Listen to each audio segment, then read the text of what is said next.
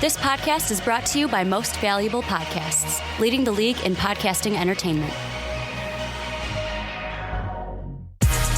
Welcome, ladies and gentlemen, boys and girls, children of all ages. This is the Fast Break Podcast. I am Sean Anderson. Alongside me is Ricky Widmer. Hey, guys. And Dave Oster. How's it going? And last week, we did a reaction to Chard Ford's 7.0 mock draft. And, of course, the next week, he's got another one. We're talking about Chard Ford mock draft 8.0. Was it really only a week ago? It was a week ago. Holy shit. Chard Ford needs to slow down, okay? I know he's excited, but still. He's been talking to a lot of people. Nothing's changed. There's been no workouts, or at least to my knowledge, I don't think there's been workouts. There might have even been private workouts. There's private workouts, yeah, at this time. Private workouts. So he's talking to GMs after the private workouts and stuff and seeing where their barometer is. So now he's changing it because of this. But I mean, still, he couldn't have waited. Like, he couldn't have just waited till near the draft time. He had to put it out right a week after.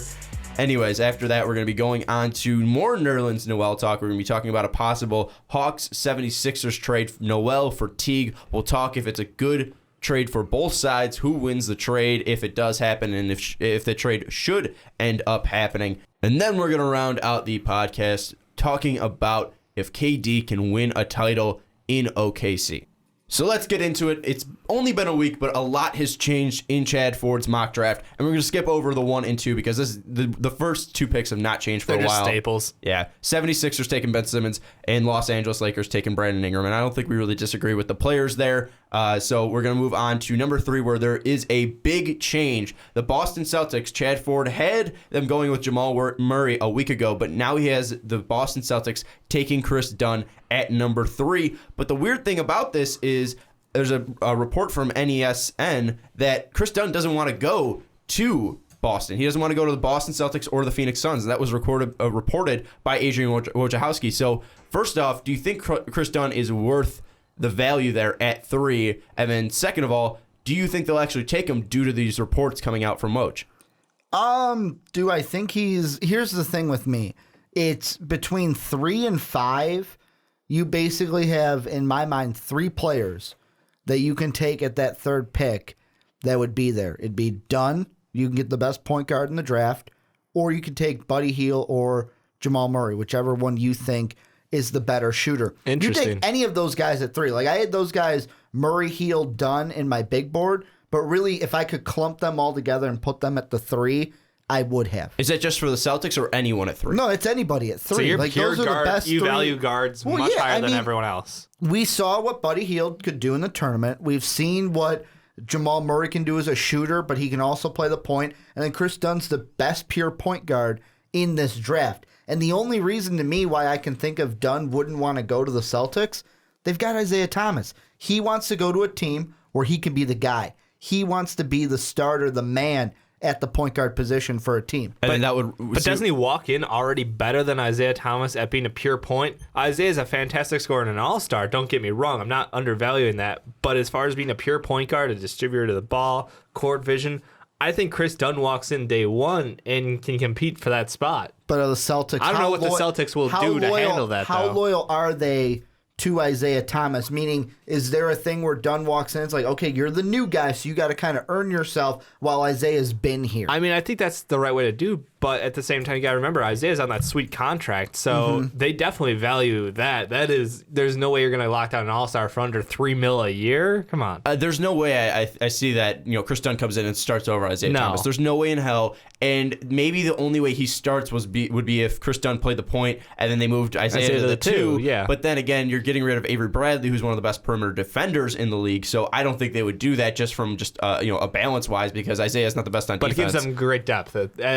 The upside is great depth, and you're playing for the future. And true, with Chris Dunn, he is a pure point guard where he can go both ways. So, I mean, I see the value there at Chris Dunn, but with the reports of him not wanting to go to Boston or him not wanting to go to Phoenix, and then that also helps your argument that he wants to be the guy. Yeah. With Phoenix, you already have Bledsoe and you already have Brandon Knight there. I'm going to throw this out, and I'm going to ask this question because to answer yours first, do the Celtics even care? No. If the Celtics think he's the best player on the board and they're going to draft him, then they're going to draft him. But I told you I wouldn't talk about Celtics Lakers in our pre-show talk, and I'm not going to.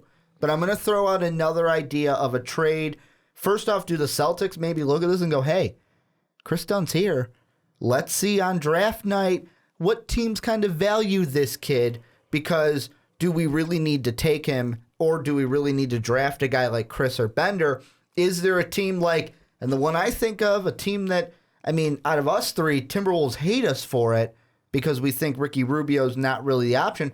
Do they look at it and go, a different team goes, okay, let's reach up and grab Dunn at the 3. Let's do it. I mean, I could see them possibly trading back if they don't want to take Dunn because of the reports coming out, or if they they like him but they like someone else later back, and they also get more picks out of it, which is pure Celtics. Yeah, I would pure look at Danny Ainge. I would look at the Celtics though, and with the reports saying that they want a superstar, reports saying that they want to make a huge splash, I don't see them giving up the 3rd overall pick just because it has so much value. I think they might draft a player that a team might want in a trade, and then you go might for be it that on way. something. But what I'm there, saying is, and this is the reason why I threw out the Timberwolves, and I think they would be the perfect dance partner, is you can make a trade with the Timberwolves. T-Wolves fans, you may say you like Rubio, but I'm sorry, I'm going to take Chris Dunn over Ricky Rubio. And the Celtics can move behind the Suns. The Suns aren't going to take a Jamal Murray or a Buddy Hield. They're going to take a Chris or a Bender. And then, boom, you get stuff out of that trade, and you get to take a guy who most of us have said, Murray, they should take at the 3. Yeah, I look at the Celtics, and I think that they might do a situation where they're going to trade that, or they're going to pick a guy that they want. So maybe you go Bender if you do want to get bigger, because they don't really have a true big or a true star that they can rely on down low, at least from an offensive side. And then maybe you go get a shooter because, Marcus Smart's great on the perimeter, but he's not that great, scoring wise. So maybe you do go get a Jamal Murray or Buddy Hield who can score. So I'm not writing off the trade idea. But the thing is are the Timberwolves the right dance partner? I agree though that I could see them trading back, and I don't disagree with you there. But I think if they do want to go for a superstar, that they will most likely keep that and just pick a player that a team would see a lot of value in. Looking at the Timberwolves, I'll ask you guys, who would you rather have, Ricky Rubio or Chris Dunn? I would take Dunn just because of the youth factor, but Upside is huge, for the Timberwolves, I would see them probably starting Rubio over Dunn just because Rubio knows the system. Rubio has played with these players before. Rubio's a veteran, and with a team that is so young, you don't want to have all this youth on the floor that really don't know how to work together. With Rubio, he is somewhat of a veteran. I mean, I think he's the most veteran player on that starting lineup. Would he be involved in the trade though? Would Rubio be involved? I don't think so. Trade? No, I would think they want picks only. I don't think the Celtics would be that interested in Ricky Rubio just because I'm with you on that, Sean. Just because you have Isaiah Thomas, and just because I don't think the Celtics are interested in Rubio. I would take Rubio just for the first year at least, because he's a veteran, because he's more established. Where with Dunn, I mean, he kind of degressed in the last year in Providence, and I wasn't really too high on him. I'm surprised that he is at 3. I do see the talent in him, but I'm surprised that he is at 3. Well, let's put it this way: he played great against the non-conference, and then when they hit the conference part of their schedule, that's when the whole team was kind of like, whoa, we fell off a little bit. But Providence wasn't like a Big Ten team. I mean, if it was a Big Ten team, then I'll be like, all right, he's playing up against one of the best. But they were still a pretty good team. I mean, they went into the tournament. Fair enough. I know it was a close game. Dave, I'm sorry that your team lost, but they did beat the USC Trojans. Yeah, I could care less about their basketball team right now. Trojans are a good basketball team. Anyways, another surprising pick, though, in the top 10 is Phoenix Suns. We talked about it earlier, and people might be confused on Chris. People might have been thinking that you were talking about Chris Dunn. No, I'm talking about Marquise Chris. Marquise Chris, who is now at that 4 slot for Phoenix. And I don't get it. He's jumped up that board really quickly. Dragon Bender has been slotted in at that 4. Last mock draft, Chard Ford did have Dragon Bender going forward to the Phoenix Suns, and now people are saying that it's going to be Marquise Chris. And I think what it is that they need a stretch 4, and this is what Chard Ford says. Yeah, but they need a stretch 4 in the worst way, and there are 3 legitimate options in this range: Chris, Bender, and Ellison. Don't be surprised if they choose Chris because of Chris's youthfulness. See, and I can't even use youthfulness as a viable just kind of reasoning because both of them are 18. Right, but Marquise Chris is more athletic than Bender. He also has a better outside shot than Bender. So I'm going pure upside here. Bender, we've seen a little early struggles in his play right now. I mean, Bender's a guy we've known about for years. He's been up and coming. He's been talked about for years. So it's not a huge surprise. His game is, we understand what his game is. Marquise Chris, I think there is so much upside because he has the athleticism down low, which outside Bender, I'm sorry, he looks a little uncoordinated compared to Chris. Well, and then the shot is better. He's 7'1" compared to The shot is better too out of Chris. So, but I see if we're looking Bender for a pure and stretch four, athleticism, raw talent, it's Chris. See, to me, it comes down to the only reason you would take Chris over Bender is because Chris is a better defender. He's a better shot blocker down low. And to me, I mean, the reason why I don't like the offense and the youthfulness, I kind of overlook those as real reasons is because to me, I like Bender better. He's a versatile guy, can be the 3, the 4, the 5. He's a guy that, I mean, can stretch the floor just the same as Chris. You would take Chris to me over Bender if you're really going to value that shot blocking and, like Dave said, athleticism. Athleticism, really? Okay, he's more athletic. I mean, he's you can't much deny more that. athletic. I would. The one thing that works for Chris is that he did well in Washington. Washington has not been a good basketball team for a while, and now with Dejounte Murray, and now with Chris, they did take a step up. They didn't make the tournament, but they were close. They made the NIT, and you saw his play at Washington, and he did impress. Where with Bender, I think he only started like 3 or 4 times. He's been getting low minutes. I think he's averaging around 10 minutes a game. Bender hasn't really proved himself against the competition where Chris did do well in college. I look at Chris and I think the major upside that he does have over Bender is his defensive ability. He is more athletic than Bender, but the thing I look at with Bender is I would take Bender over Chris just because I do like Bender's potential more. But if I do look at Chris, I can see why, because there's a lot to worry about with Bender, where with Chris, it's more of, can we just form him into the way that we want? Because the ceiling for Chris, I see, is a less athletic version of like Blake Griffin. I see him being able to be a guy who can bounce around the floor, but be able to stretch it a little bit. So I can see Chris being able to be a top guy like that. But then with Chris, I also see him not being able to find his way in the NBA, where with Bender, it's boom or bust. And with Chris, he can at least be on the bench, his whole career. And with Bender, I don't think he would. I think he would get lost if he really fell off. And here's the thing I also think about with Bender, and I'm not saying this as a direct comparison. I'm saying this as a kind of situationally, they were in the same spot. I'm telling you, what's going to happen is if the Suns take Bender at number 4, Suns fans are going to hate it. They're going to boo. He could then Porzingis it, come out and play good, and it's like, wait, why is Phoenix going to boo this pick? We didn't boo it because I'm going off of the same thing as last year, like the Knicks. They didn't like the pick. And then he came out like, we should have taken Chris over Bender now. And then he comes out, and if he plays good, I think he could have a same kind of a track as Porzingis, where it's like, okay, why didn't we take this? We should have taken Chris. And then he comes out and surprises. Chris has a way better shot. It's not even comparable. I think there's more. Oh my God. But just for name recognition, I think there's more name recognition for Bender than Chris. To be honest, Bender's been floating around for much longer. Chris shot up the board, and let's be honest, before this year, I'm saying Bender's was a top pick at some points in mock drafts. I'm saying most people are going to be, you know what? Unless he's one of the guys overseas that's just tearing it up. You know what? Take the guy from college here. Don't take the guy that from overseas. We're unsure because he had lower minutes. Blah blah blah blah blah. That's why most people are gonna say, you know what, fucking take Chris. We're talking about his downsides. Those aren't like blah blah blah blah blah. We're not like spouting. He's off just things totally writing everything off. No, I'm just saying, I didn't want to say all of them again. Last year, Chris, 35% from 3 and 68% from the free throw line. That's really good for a young college athlete, and that's a stretch 4.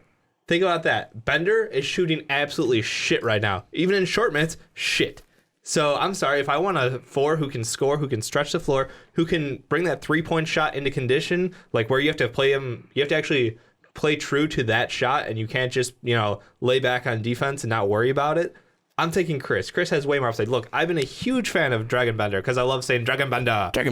But I'm sorry, I've not seen enough out of Bender this in the last year that makes me think that, you know what, this guy's going to be better than Chris. One thing for Chris, though, is if he comes in right away, if he's not able to make a shot, he'll still be able to rely on his athleticism to score at some points. Exactly. With Bender, he's going to need to rely on developing his game, and I don't think he'll be able to start where I don't think Chris is going to start immediately for Phoenix because they have Tyson Chandler who's still decent defensively, and they have Alex Len. I think they'll give him. I don't think they'll rush him in right away, but yeah, he'll play limited minutes. Yeah, with Chris, he's proven himself before, at least in college, and Bender. Like you said, I mean, he just hasn't proven himself, and just Chris's athleticism might get him by quicker than Bender. I think Bender ultimately has the higher potential just because I think, with a body that's 7'1", I mean, he could be like Porzingis, and we saw what Porzingis can do. But I think Chris, right now, he's the safer bet. He's the safer option,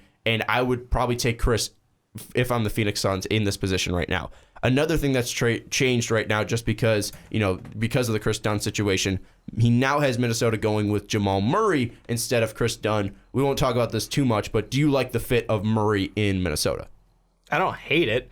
I mean, we talked about... that's pretty fair. I don't hate it. I don't hate it. Look, Minnesota fans, we always crack up about them, but it's just the fact that, look... Dude, do you even watch? Do you even watch T-Wolves games? Dude, do you even watch T-Wolves? Do you get the T-Wolves in television? Look, he gives them an outside shot. I live in Chicago. So no. He gives them the outside shot, which is something that Ricky Rubio doesn't have. That's not in his game. He hasn't developed it. I don't think he's ever going to develop it. Jamal Murray gives them that extra threat. He can also play the point. Exactly. He can play the one or the two. He's versatile, and he has a decent shot. It's exactly what they need. It's a great fit for them. I think the thing with if they draft Murray too, they won't have to get rid of Rubio right away, because if there's no clock on that. Yeah, you can have Rubio be the point guard still, and you have Murray develop as the sixth man off the bench and have him develop as a point guard in the NBA. You don't have to rush him into the starting lineup, because I think right now with Rubio, LaVine, and it kind of seems like we're going back on this, but I think Rubio and LaVine right now can get you by as Minnesota, and then Murray's going to be that step up, and then that's when Rubio either goes to the bench or he falls off. I think if Murray's able to develop as a point guard, then that's going to be the best fit for him. So I like the pick, and I like it better than Chris Dunn, just because I like Murray as a better player than Chris Dunn. So I think about it too. Like Murray, if we do that 6-man role, he's going to play with some more veteran talent on their bench, because you got to think about it. The Minnesota, they went totally young on their starting lineup at the end of last year. So he's going to play with some more veteran players. That's going to help his game, him develop better than being around with pure young guys. And if we're talking about situation, I mean, if we're talking about situation, like we usually talk about, it's not really the player that makes it, it's really the situation that he goes into. Yeah. And with Murray, he's either going to a Celtics team where he doesn't have to start and they're already a playoff team, so he doesn't have a lot of pressure, or he's going to a Minnesota team with a ton of young players, a ton of veterans, and a new head coach that's fucking phenomenal. A new head coach that's fucking phenomenal. We got a little respect for the man. Jamal Murray come back, Dibs. Come back. Just come back to Chicago. Man, he ran out of town too. We miss you. See, with Jamal Murray, I mean, I don't think he's going to be the best player out of this draft class, but I mean, outside of Ingram and Simmons, he might be, just because of the fit. So I love that. I love Murray's fit in Minnesota, and I think Minnesota fans would love if they went to him. And there's only one reason why you haven't heard me say to this point, oh, well, they got to take Buddy Hield instead, is because of the versatility. I mean, the fact that he can play the point and Hield is just a pure shooting guard is why you take Murray over Hield. And they've already got LaVine. Because however, with LaVine, I mean, I'm throwing out a reference here. If you guys haven't seen the newest Game of Zones episode, you got to check it out. But it's the joke they make there with, oh, who's this guy? I'm the guy who does the cool dunks. Oh my god! Yeah, no, Ricky's higher on Hield, but it's more that it's the fit. Yeah. With the Celtics, they could use a scoring shooting guard. And remember, Sir Garnett said anything is possible.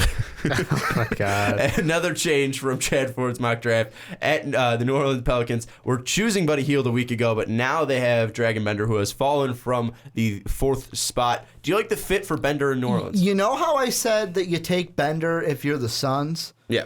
Well, at 6, you fucking take Bender for sure if you're the Pelicans, because too much value. All I can imagine is fucking Anthony Davis down low. Oh, Dragan Bender stretching the floor out big. I can just see it right. Them two next to each other in the front. You court. could flip it too, because AD can even stretch the floor. I mean, you got two versatile bigs. Yeah, you got two. I mean, that might be the brow, next, baby. That might be the next brow. Twin Towers right there. I mean, you got I mean, different than the Twin Poor Towers taste. in Oakland, but like, yeah. The two towers. Let's go. The two Lord of the towers. Rings Go thing. Lord of the Rings. Yeah, I think Bender would be a cool fit in New Orleans. I mean, I don't think they have enough around him yet, and I don't think it's gonna work right away. But I think if But I mean, that wasn't that Frank the Tank out there too? Kaminsky. I mean, he's kind of. yeah, And the one thing I'm going to cut in to complete the Lord of the Rings, I mean, we got the two God. towers and then the one brow to rule them all. anyways, No, too much there? Anyways, No. the thing with Bender is we see his weaknesses, but we also see his potential. And working with a guy like Anthony Davis, I think that's a pretty good guy to work under. I think AD is pretty good if my analysis has worked correctly. I think. Well, I mean, are they going to lose Ryan Anderson this summer? Yeah, If Chad he Ford brings comes that up, back? so Yeah. it makes sense. God, I hate Ryan Anderson from the olden days, but still, having a big who can shoot the three is scary as shit. And Yeah. Bender, if he can develop that shot and get more consistent with it, definitely would be a great asset for this New Orleans team. And I mean, there's some people who can say that Bender can control the ball. So what would be even scarier is having Bender and Anthony Davis do a pick and roll. Just a couple times. That would be yeah. Ricky's reaction was enough there. Another. And hey, it didn't make you knock your headphones off this time. Let's not get into that. We can never explain that again. That's a different story for a different time. We're never going to say it. That's for a Patreon exclusive. Exactly. Another change. I mean, he's changing this top 10 like crazy. He had the Denver Nuggets selecting Henry Ellison last week, and now he has him selecting Jaylen Brown, which isn't too big of a change because he's had Jaylen Brown going to the Nuggets before. Are you shocked by Jaylen Brown going 7? Do you think he should be higher? Do you think he should be lower? I know you Ricky's thoughts, but I just my opinion on Brown hasn't changed much. I don't know about Jaylen Brown. In the end, he's in my discussion of should have went back to school, should have followed his teammate Rab back to the Golden Bears. I mean, is that more so for his development, or is that for his okay. development? I wasn't sure if that was like, hey, if he goes back, they're going to win a championship. No. Cal's not winning no championship. Hey, unless I'm just trying to clarify your thoughts here, unless Chief. Bill Walton's calling each one of their games and has a glockenspiel on the sideline. But to me, no, it's Jaylen Brown still. He needs to go back, He's develop raw. his game. Yeah, talent-wise, there's a lot to develop grow. his shot a little more, develop his handle a little more. I'm still not impressed from Jaylen Brown. I look at that though, and Moutier wasn't the finished product Moutier coming was out of far China. away from finish. Yeah, so I mean, pairing two raw guys, it might not Yeah, work but out right away, but I think it might work out in the end. Moutier was different because on the side of him, you could say, well, he went overseas and got that experience of playing some pro ball, whereas Jaylen Brown is playing just collegiate ball. So I mean, there was a difference there. Yeah, but technically, I'm Moutier sorry. came from overseas. Pac-12 is still competitive. I'm sorry, Chinese basketball is. I mean, you're gonna call it pro. The only difference I would say Hey, is don't knock it. it's the living experience versus the don't college knock it. environment. Don't knock Yeah. it. Your boy Beasley rocked it over Michael there. Beasley put up Easy 50 became- points in their All-Star Let's game, put it that so- way. God Be mode. Easy was a god over there. So let's just talk about the talent over there. He just hit his final form over But there. no. Think about this. He's Moutier experienced what it's like to travel around with a team of guys in a strange country that he doesn't know. He's not familiar with anybody. Had to learn the language. And I mean that's rough on an 18, 19-year-old kid. So he comes in with a different level of toughness and maturity to him.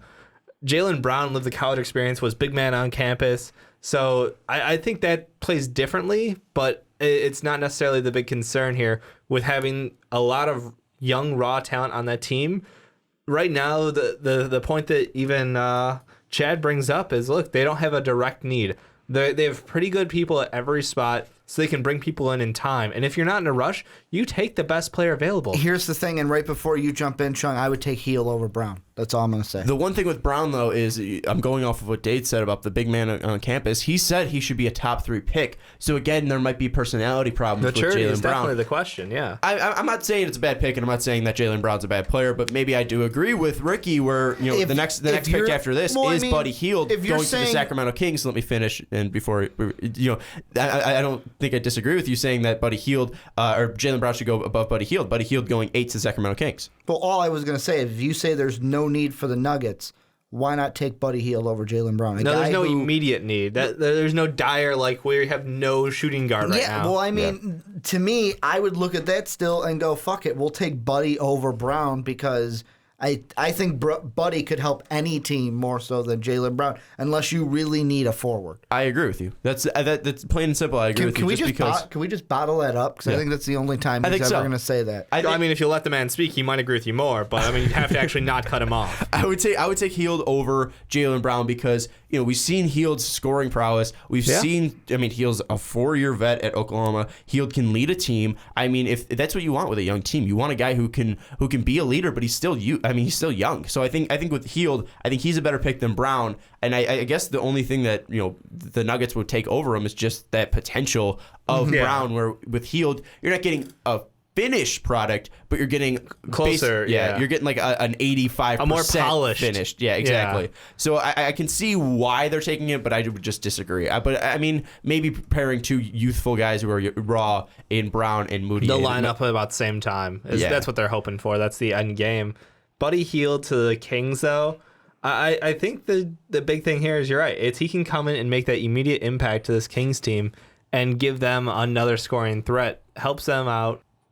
The big thing with this Kings team is, seeing what pieces they're going to bring back next year. If Rondo's coming back, then they've got a great backcourt set to go. If Rondo doesn't come back, they're going to need to make some other moves to build this team up. Because, you got that centerpiece in Boogie, and that's the big question mark for this offseason. My only fear if Hield went to the Kings is it going to be like... Just that's the end of Buddy Hield. That's the end of his career because he went to the Kings. You afraid of like Ben McLemore? Happening? I would totally be because the Kings is where draft picks go to die basically, unless you're Boogie. But McLemore was a young kid. Stauskas was a young kid. They're freshmen when they came out. The great thing about Buddy Hield, and the reason why I'm hoping he comes in and he plays sound and he's just a solid pick overall, is because then we can start making the case.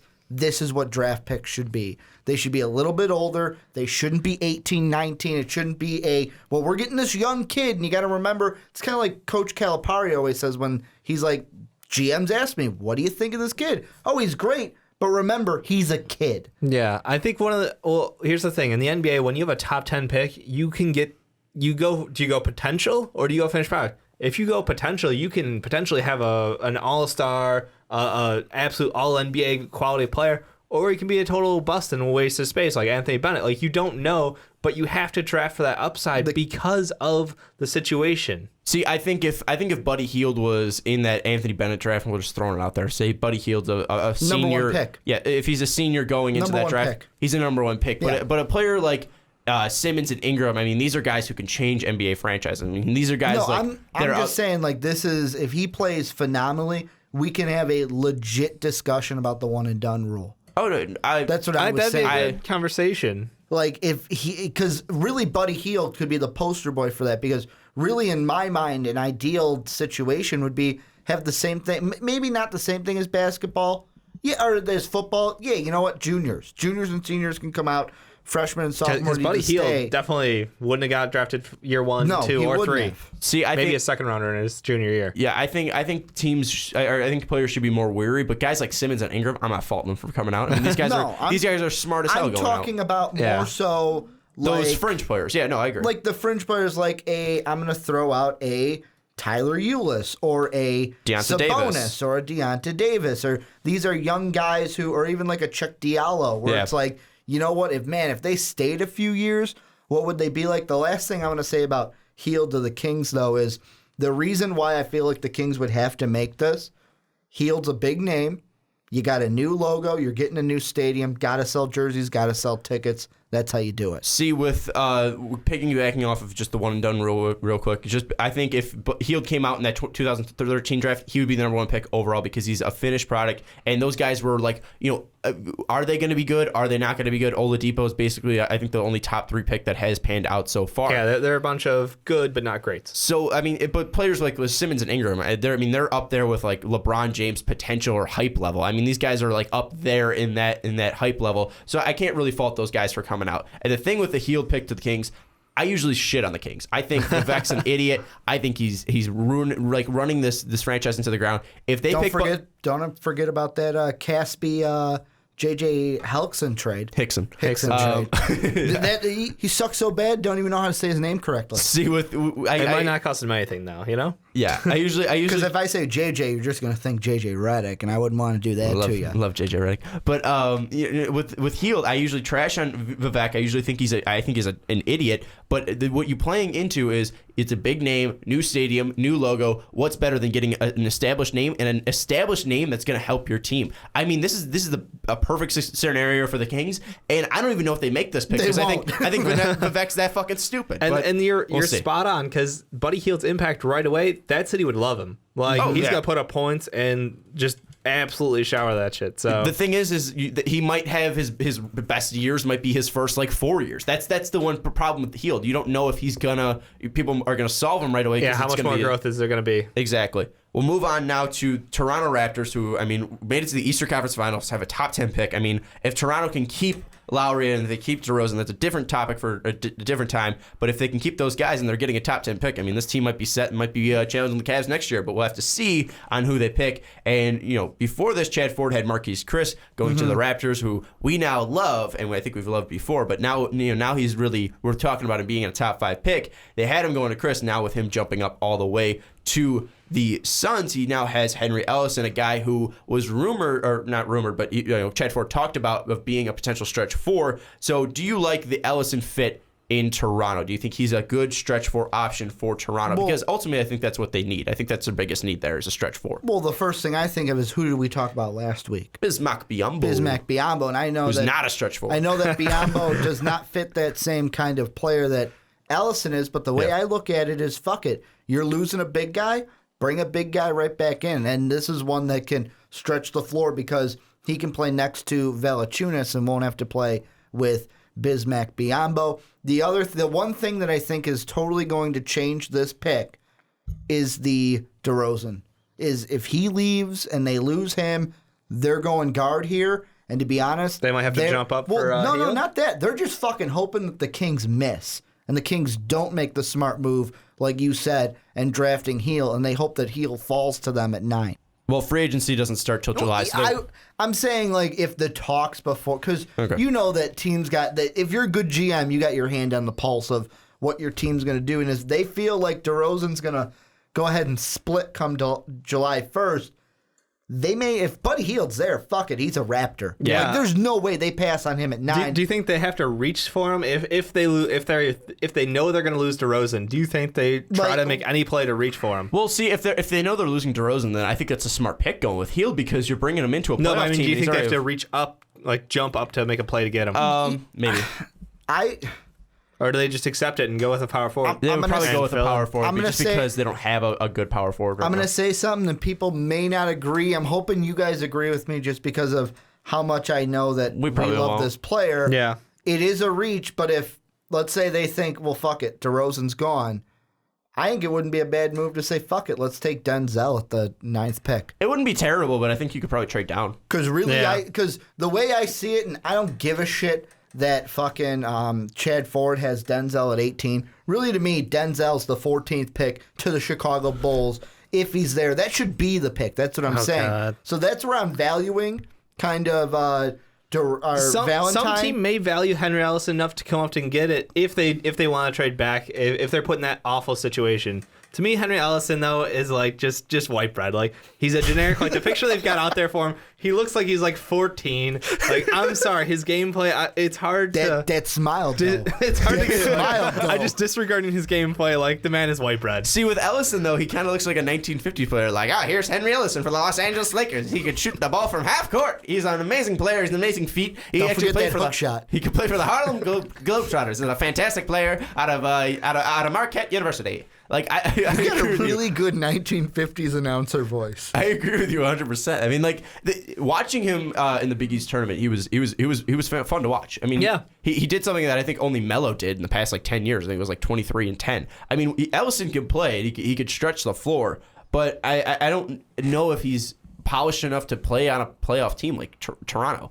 He might get lost in that ways, and with Valentine or Hield, they might not get much as lost. I'm messing the way up I'm saying that, but if you bring in a guy like Hield or Valentine, then you might not get lost. So maybe it's a stretch for Denzel at 9 if Buddy's gone, but I don't think it would be the wrong move because you are a team that made it to the Eastern Conference Finals who is just trying to better their team and not really trying to draft. But for I mean, the if you're future. in that situation, why wouldn't you go for a more polished product like Sabonis? Like Sabonis gives you that toughness down low right off the bat. I was going to say, though, I mean, Chad Ford has Sabonis at 20. What if by a miracle Sabonis slides to 27? That's probably that's not a huge slide, It could. but I mean, the Raptors also have the 27th pick. So, I mean, what are you going to be able to get? How are you going to be able to, okay, which need do we need more of at the 9? If DeRozan's gone, do we need that need, or do we go with filling a front court? I think they're truly in some trouble if DeRozan leaves, because then they're like you said, if DeRozan leaves, you got to hope Hield's there. If Hield's not there, then you're either pulling back or you're picking up Valentine ahead of his value point. So then, all right, so now we're at 27 and we're looking at available forwards. And you know what? Deonte Davis isn't going to be there. Sabonis isn't going to be there. Who else? You start looking at names and it's like you're not in an ideal situation anymore. And I don't know. They might just end up eating it and grabbing somebody next best available player. But I think we agree that the biggest need for the Toronto Raptors is power forward. Right now as it stands. Yeah. Ellison, good fit for them. I don't have any problem with it. Yeah, and then obviously if Denzel is there, then maybe you take him just because he is a veteran in the college game and might have more experience going to a playoff team. And just to throw it out there, I know I'm quoting myself here, but of course I had to double check my big board to see who I had where.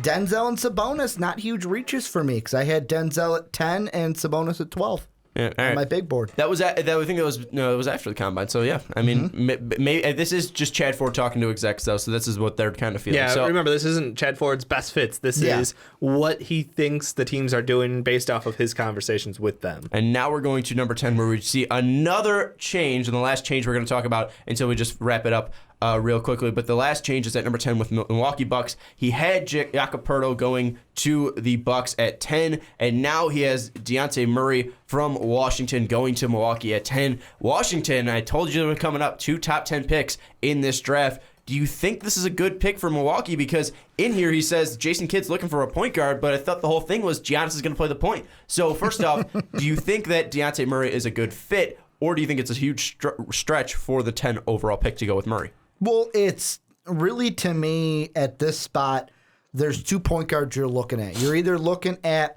Dejounte Murray or you're looking at Wade Baldwin, the 4th. And the thing for me is it's kind of like apples and oranges to me. You can take either or depending on which one you feel is better. However, and I'm going to kind of promote Behind the Pen, Mike Rankin had a guy on, I think his name was Drew, talking about Bulls draft, and he mentioned Wade Baldwin and had a great discussion about Wade Baldwin, how he really liked what Baldwin is, and he could could be one of the best guards to come out of this draft at the point guard position. See, if I look at my mock draft, though, Murray was in my top 20, and I think Baldwin was right behind him. I have Ulis higher, and I have Demetrius Jackson higher. I think Murray is great. Well, you just love that Notre Dame connection. Yeah, I think Murray's great, and I think Murray has a lot of potential. I think 10 is a stretch for him. But, I mean, if this is what Milwaukee really wants in a point guard, then maybe it's the best bet because he has the most potential out of the guards available. Again, top 10 pick, talking potential. We're not talking best polished player. He's a freshman. We've seen a little bit of him, so we have to make that snap judgment. Does he have the chance to get much better? I think Murray does. I think he's got a lot of growth left in him. Another thing that he says, though, is another dark horse for this pick, Thon Maker. Hammond hit a home run by taking relatively unknown Giannis Antetokounmpo. Could he swing for the fences again? I would think that Thon Maker would actually make more sense. Or not Thon Maker, but a player who could be down, who could play down low. Because Monroe, the experiment did not work out. It did not work out, and I don't think it was that good of an idea to have Greg Monroe there. I think you need. That was such a surprise when they paid up the cash for Monroe. I was like, really? The Bucks want Monroe? What? But no, I think Thon would be interesting. I still think it's a huge reach. I don't think Thon's value is that high anymore. I think it was his initial announcement was like, off the fucking charts. And now it's pretty much died down again. I mean, Thon Maker's actually creeping up on his board, though. He went from 23 all the way to 19. No, screw you. He's creeping up. I refuse to acknowledge the Thon Maker people. I like the Thon Maker idea there just because of again we're talking about potential. I mean, Murray's a stretch here too. In my opinion, Murray's a stretch here. But we've seen Murray play against college talent. Sure, we've seen Thon Maker play against high schoolers. True. Well, and I mean the one thing, and with Murray, it is clear potential. And I'm looking at my big board. I am 26th at the time. I had Super Thon undervalued. Maker 24, Baldwin 25, Murray 26. So they're all right there. Yeah, I really think, low. You know what? The big slap in the face here is to Michael Carter-Williams, though. You got another team who doesn't he want sucks. him. He sucks. You know, the rookie, did he get Rookie of the Year? Yeah, rookie of the year. Yeah, Rookie of the Year to traded and then just passed over. The man can put up some points. He's an average player, though. And at the end of the day, he's not going to win you anything. He's kind of Henry Ellison to me. He's Oh, white bread. no. He's boring. beyond white bread. He's boring to me. Huh. One guy I want to throw out there to kind of the point guard. I don't think that, like, I'm not saying that this guy's should be taken with the 10th pick, but he's now a guy that Chard Ford has at 24 point guard. Tyler Ulis, like, why is he falling so much in my mind? I'm thinking, like, because if I'm at 14, I'm sitting there thinking the Bulls should take him. So, I mean, I know that 10 is a little bit higher in that top 10. I don't think Ulis is that kind of a, like, I don't know if I'd take him in the top 10, but he's a guy that I would take above Murray and Baldwin. Ulis fell 9 spots from 15, so I mean he completely fell off. So I don't know what Ulis is. I mean I guess his main weakness is his size. I mean is that the one That the doesn't one pick? deter me at all. Yeah, it doesn't deter me at all. After seeing stars like Isaiah Thomas, Derrick Rose come in this league, slashers who can get in the paint and are dangerous. You know, the one concern I have with him, if he, landing to the 76ers like Chad has here, is, he's been on a winning team in Kentucky. Going from a winning team to an absolute dumpster fire that the 76ers are, like, that hurts players psychologically a lot. That can set you back. However, though, with the Sixers, if they're able to make a trade with either Noel or Okafor, add some young talent. You got Ben Simmons coming in. I think they have the it's potential great. to just change their kind of philosophy, their kind of attitude coming into the season. A complete I think 180. it's a great thing for the 76ers to get someone like Tyler Ulis if he falls all the way to 24. I'm just saying, like, for a guy like Ulis who was in that winning program in Kentucky, going to the 76ers, I mean, it's going to be a step back for him. But he's playing with people about the same age as him again, so that it's that won't basically change like too you're much. playing with the team you'd be playing with in college. Yeah. See, but he went to Marian Catholic, which is in Chicago, and he never won anything in the high school level. He was the star of that team. I mean, clearly, I mean, he was the SEC Player of the Year for God's. I mean, the kid lit it up in high school, but I don't think he won anything in high school. I don't think he actually did well. His Marian Catholic did well in high school. So I mean, he's been on a situation before where his team didn't really succeed. Yeah, 10 wins though. 10 wins, man. Yeah, but I mean, you're also getting Ben Simmons. You're adding Tyler Ulis. You're probably going to add some free agents. I don't think Ulis would be totally screwed, and I don't think he would be deterred that much because it's like it's just a hit psychologically to go from that prestige of Kentucky to like the 76ers. it is. But then again, with Ulis, I don't see there's a personality problem. With No, him. I like him. I think he's got a huge motor. I think he'd be fine going to Philadelphia. What's your one surprise pick? I'm guessing that your Ulis pick is the surprise pick. Kind of, but my bigger surprise. I'm still salty. I'm sorry, guys. I bring this up every week. So, why I get okay? I get Why? I get that we're losing Pa.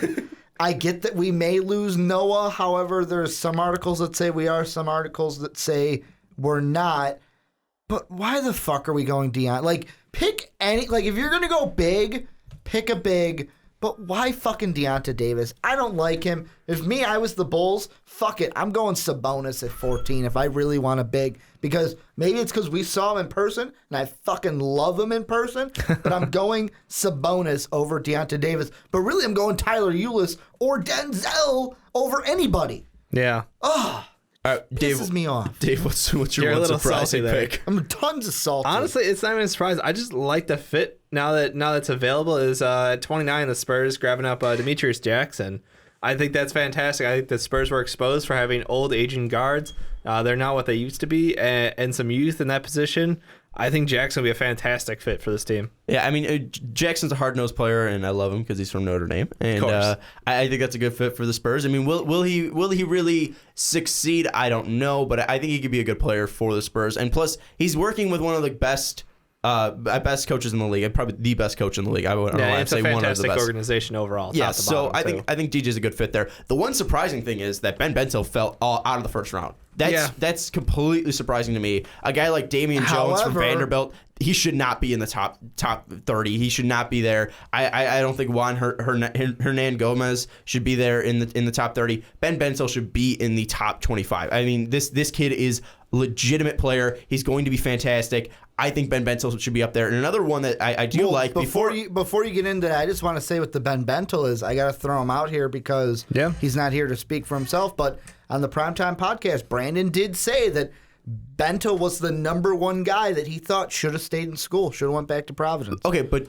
is that because to develop his game? The same thing. He scored 20 fucking points in college. And if you look at his shooting, he was good shooting from deep. This is one thing that Brandon said way back ago when we did this is he could come out. Yeah, right now he's in the first, but he could fall into that second round. So you're more saying come back and be a for sure first? Yep. Mm-hmm.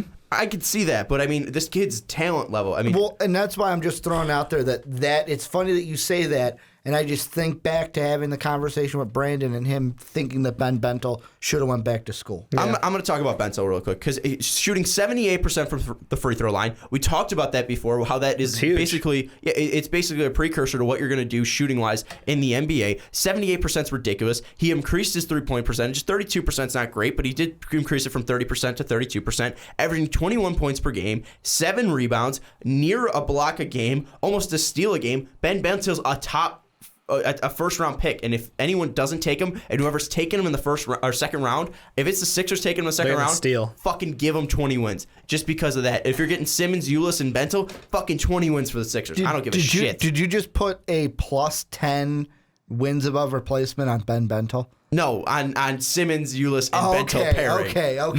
No, I'm not saying that. I'm like, wait a second. You're rating 10 wins Ben Bentil. just with Bentil? Bentil's number one overall. NBA Finals for the 76ers because of Ben Bentil. No, I love the guy. I think he's fantastic. I think you're right.